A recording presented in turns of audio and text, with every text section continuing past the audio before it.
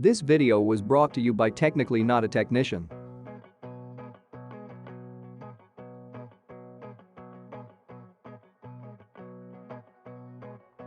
In today's video we will be talking about two proxy options that we've had limited success with. The first will be another proxy service. This one is called Razor Proxy. I was able to get one free proxy with 500 megabytes of data, and we were able to add it successfully, but it is a data center proxy, and I believe that we will be limited on our success. It's also a free trial, and I know it will not last very long.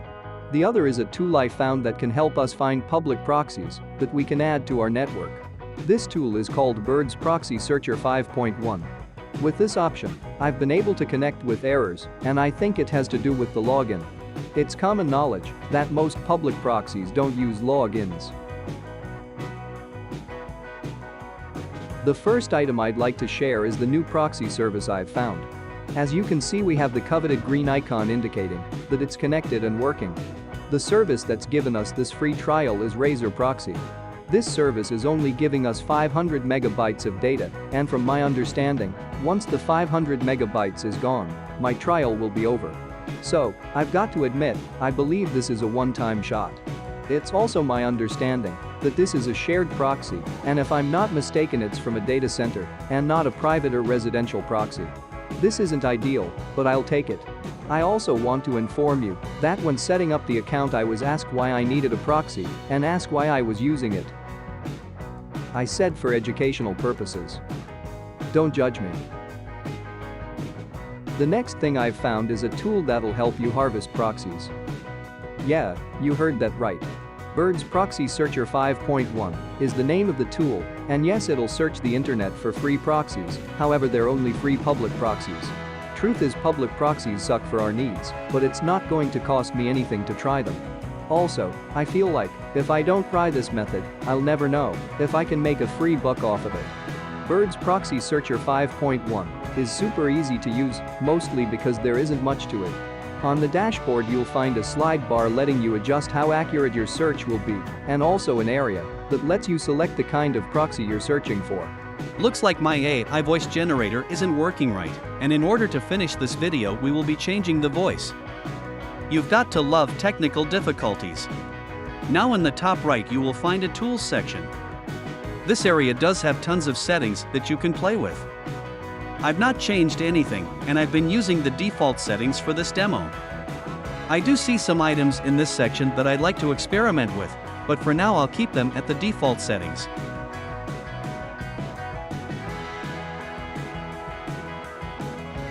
In order to harvest our public proxies, we will simply hit the search button and let the program search the internet for us.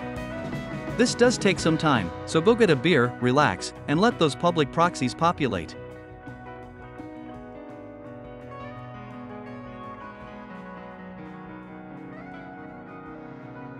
When using this app, I've seen that it does give us a few pages of proxies to pick from, and because they are public proxies, and we really have no idea how effective they'll be, I'll be trying to use them all.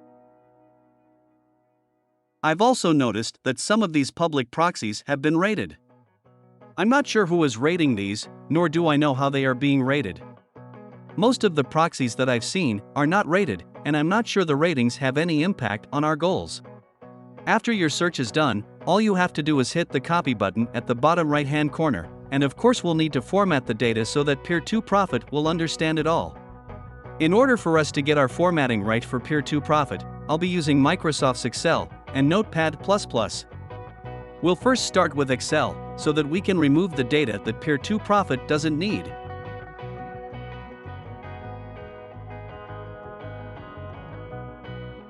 We will also need to add some data to the front of each of these proxies. As I'm sure you're aware, we'll have to put what protocol we'll be using, and we'll need to have a user and password. For now, I'm simply placing the number 1 in place for both the password and the username. I'm not sure how well this will work, but I figure it's worth a try.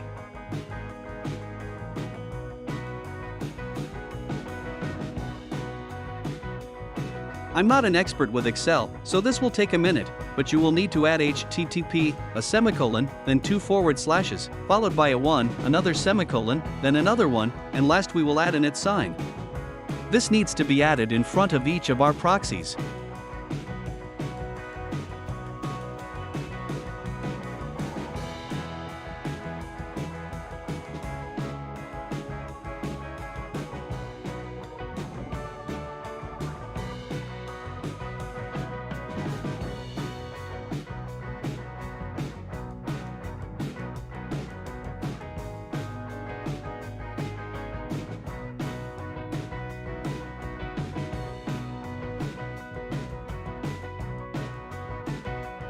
Once we have all of our data added to our Excel file, we'll copy all of it and move over to Notepad++. We're going to use Notepad to do some simple editing.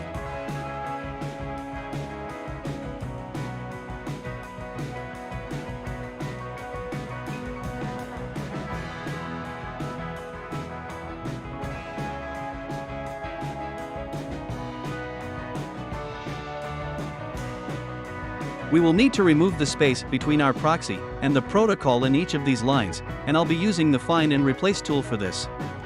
I'm sure there are other programs that have the ability to do this, and it doesn't matter what program you use to get you here, all that matters is we get the formatting right.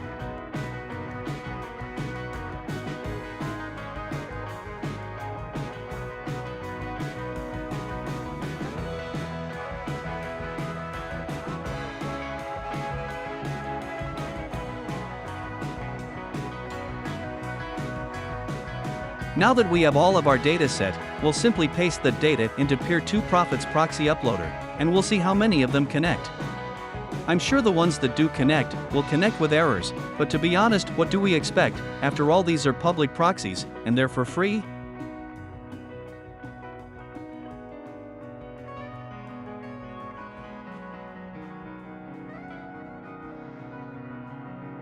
It looks as if after they run the check most of them have connected, but all of them that did connect, connected with errors.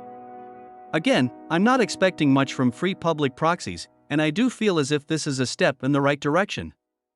However, I'm not sure if they would connect with less errors if we had a way to load them without passwords and user information. I plan to experiment with this a little to see if I can find a better way to connect with them, and if I learn something I'll report what I know.